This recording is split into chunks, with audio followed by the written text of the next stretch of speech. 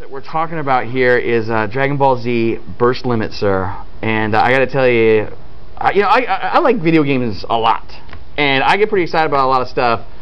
I thought the last Dragon Ball Z game looked amazing, and then you guys brought this one in here, and we got to just cut to this. You got to see the people at home.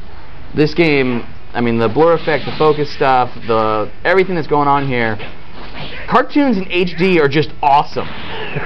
So, Donnie, why don't you tell me a little bit about, first of all, let's start off with how great this game looks and the graphics and what you guys are doing to make it happen. Well, sure. I mean, as you can see, we've got really high definition, cel-shaded graphics going on here. Definitely what I would say is the best recreation of any DBZ anime or movie that I've seen so far. I think it looks better than all the animes. Well, you know, actually the anime is a little bit dated, I guess, so yeah, you could definitely say that it looks better than the actual cartoons. So, I mean, that's what's going on there. We've just got beautiful looking characters, and we let them go at it. Now, okay, Dragon Ball Z for the folks. I mean, pretty much I think everybody on the planet knows what Dragon Ball Z is at this point.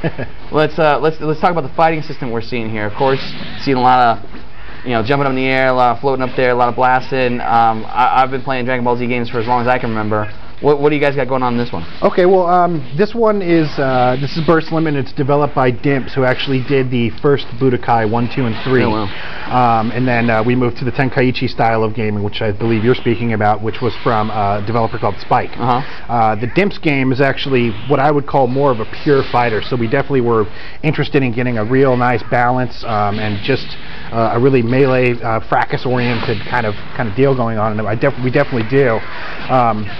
In regards to balance, we wanted to make sure that there's some people that fight really offensively, so they're punching constantly, and there's some people that fight very defensively, or what I would call somebody your turtles a lot. Kind of stays in the shell, waits for you to make a mistake, and then attacks.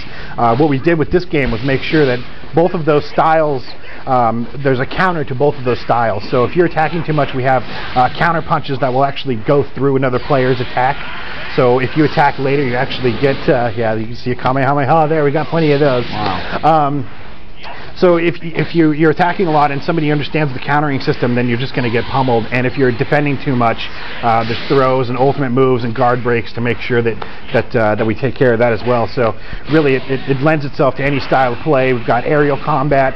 The defense system is sweet. We've got dodging, teleporting attacks, pursuit attacks. What's happening over there on the controller? How's he moving this thing around? Is it a 2D fighter? You got 3D movement? How does it work? It's basically a 2D fighter, so you're going to be on that one plane while you're fighting, but you can shift to the left or the right, which he just did right there, in order to, it gives you that 3D feel, and you can go up in the air and fight and whatnot. It's just it's a simple button press of up and the guard button, which on the Xbox here is the A button. So up and A will shift him right away. The other cool thing we have is with the guard button, if you you can see here, this is a nice little smash pursuit attack. We're flying up in the air. The guard actually has a few different functions.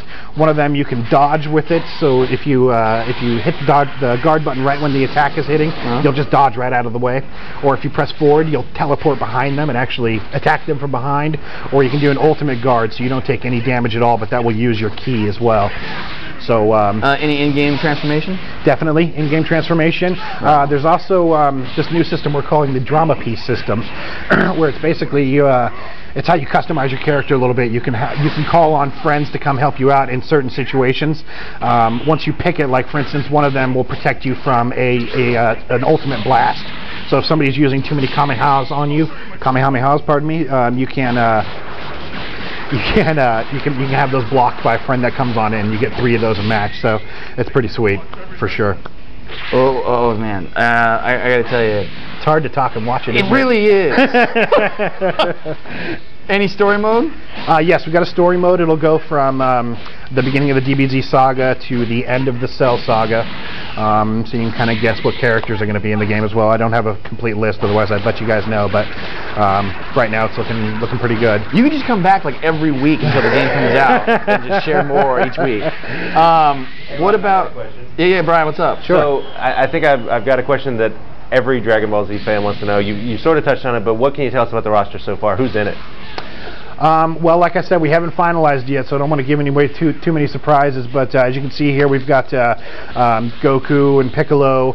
Krillin is also selectable. Gohan, Trunks. There's plenty. I mean, all your favorite DBZ fighters and all your favorite villains are going to be in the game. Original voice actors? Yeah, we've got all the original U.S. voice actors, and we've also got the original Japanese voice actors, so you can switch between either one. If you're a pure anime fan, you can definitely just have the Japanese voice acting if you'd like, but I prefer the U.S. personally. Now, fighting games, Xbox 360, amazing graphics. What about online, sir? Yes, there will be online. The other cool thing about online is right now, as of this time, we're planning on having a multi-regional support for the game, so you'll be able to play people in Europe or you'll be able to play people in Japan. Get some real competition going. That is super good news, and you know, the funny thing that makes it not only hard to talk and watch this at the same time is the fact that I've also been looking over at the chat room, and I gotta tell you, they're all excited. There's people that already said sold. So good to hear. Yeah, I think it's definitely already something that everybody's excited about. What else can you tell us?